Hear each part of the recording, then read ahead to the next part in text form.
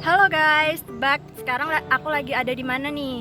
Nah, aku tuh ada di gedung N PKN Stan. Ini tuh gedung yang baru loh di PKN Stan.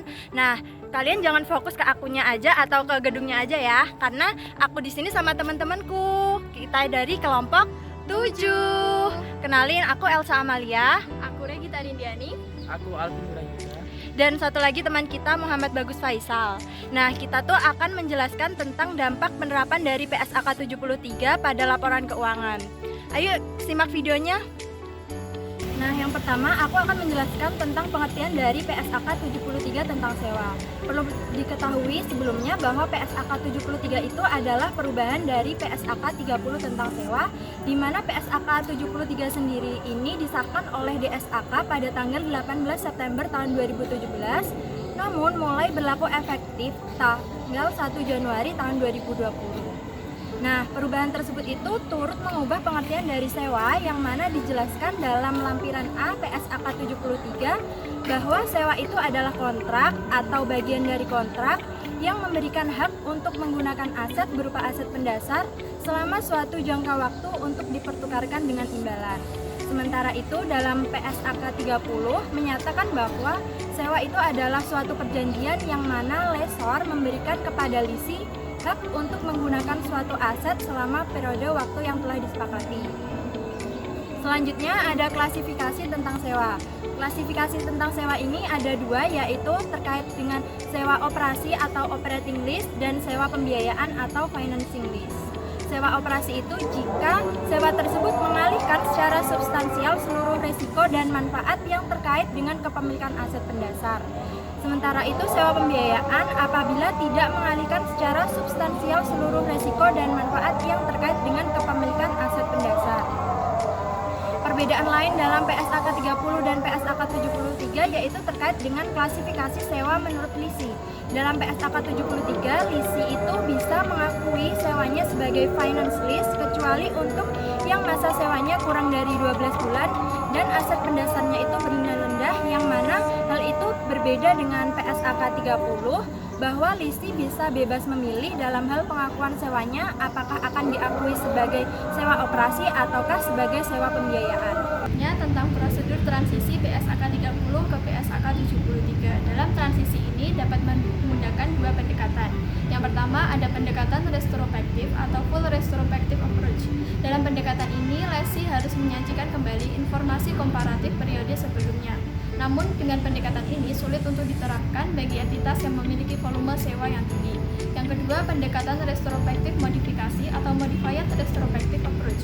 Dalam pendekatan ini tidak menyajikan kembali informasi komparatif periode sebelumnya, namun lesi harus mengakui dampak kumulatif penerapan awal PSAK 73. Selanjutnya tentang akuntansi sewa oleh lesi. Yang pertama ada pengakuan sewa. Berdasarkan PSAK 30, lesi harus mengakui aset dan liabilitas sewa pembiayaan. Sedangkan dalam PSAK 73, lesi mengakui aset hak guna dan liabilitas sewa. Yang kedua ada pengukuran sewa. Dalam pengukuran sewa ini dibagi menjadi dua. Yang pertama ada pengukuran pada awal sewa. Pada PSAK 30, aset sewa diukur berdasarkan nilai wajarnya, sedangkan liabilitas sewa diukur sebesar present value dari pembayaran sewa minimum. Sementara itu, di dalam PSAK 73, aset hak guna diukur sebesar biaya perolehannya, sedangkan liabilitas sewa diukur sesuai present value pembayaran sewa minimum. Selanjutnya tentang pengukuran sewa pada masa selanjutnya. Dalam pengukuran ini dapat menggunakan tiga model. Yang pertama ada model biaya, yang kedua ada model nilai wajar, dan yang ketiga ada model revaluasi. Untuk liabilitas sewa sendiri dapat diukur dengan cara menyesuaikan jumlah tercatat dengan yang pertama ada penambahan bunga dari liabilitas sewa, yang kedua dengan pengurangan sewa yang telah dibayar, yang ketiga dengan penyesuaian hasil pengukuran kembali atau modifikasi sewa. Yang ketiga penyajian sewa. Sewa disajikan dalam laporan posisi keuangan. Dalam laporan ini, lesi harus menyajikan aset hak guna dan liabilitas sewa secara terpisah maupun digabung dengan aset dan liabilitas lain. Yang kedua, dalam laporan laba rugi atau komprehensif lain. Dalam laporan ini, lesi harus menyajikan beban bunga dari liabilitas sewa dan beban depresiasi dari aset hak guna. Yang keempat, ada pengungkapan sewa. Tujuan dari pengungkapan sewa ini adalah mengungkapkan informasi pada laporan keuangan sehingga dapat dijadikan dasar untuk menilai dampak sewa oleh pengguna laporan keuangan. Objek yang akan kita bahas pada pembahasan PSAK 73 kali ini adalah PT Sumber Alvalia Trijaya Tbk atau yang biasa kita sebut dengan Alfamart. Alfamart mengawali usaha pada tahun 1989 dengan pada sektor industri dan perdagangan. Lalu pada 10 tahun kemudian atau tepatnya pada 1999, Alfamart melakukan ekspansi pada sektor minimarket. Seperti yang sudah kita ketahui bahwa Alfamart memiliki kegiatan usaha yaitu menawarkan produk kebutuhan sehari-hari dengan harga yang relatif murah, sehingga masih bisa dijangkau oleh seluruh kalangan masyarakat. Alfamart tersebar hampir di seluruh Indonesia, bahkan sampai ke luar negeri. Pada tahun 2019, Alfamart mencatatkan terdapat 14.300 lebih gerai yang masih beroperasi dan 750 lebih gerai yang masih beroperasi di Filipina.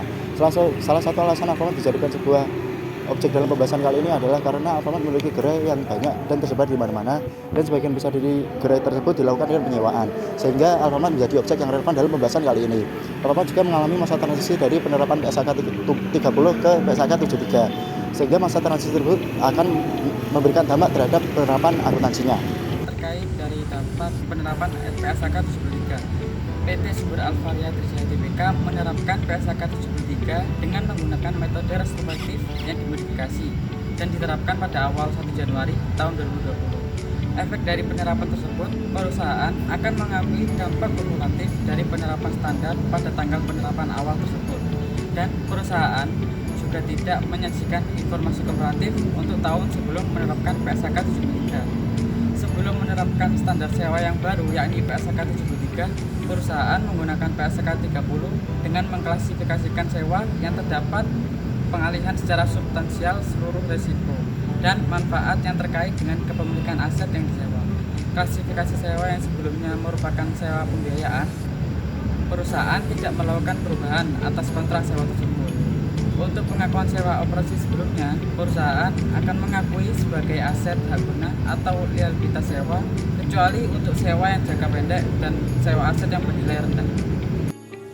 Selanjutnya, kita akan membahas dampak penerapan PSAK 73 pada laporan keuangan Alfamart. Yang pertama terkait dengan laporan posisi keuangan, di mana terdapat akun aset hak guna dengan rincian sebagai berikut.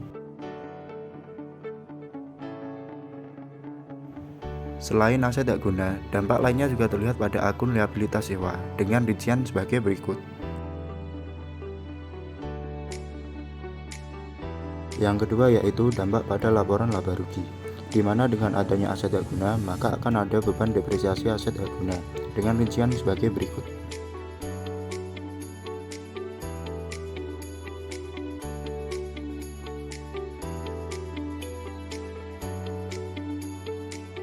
Dampak lainnya juga terjadi pada biaya keuangan, karena dengan adanya liabilitas sewa, maka akan ada dampak pada biaya keuangan.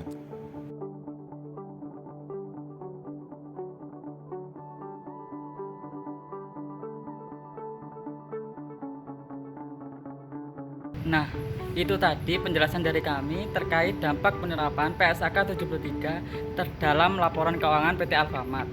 Jadi, jangan lupa ya untuk like, Komen, And subscribe. bye-bye. Makasih.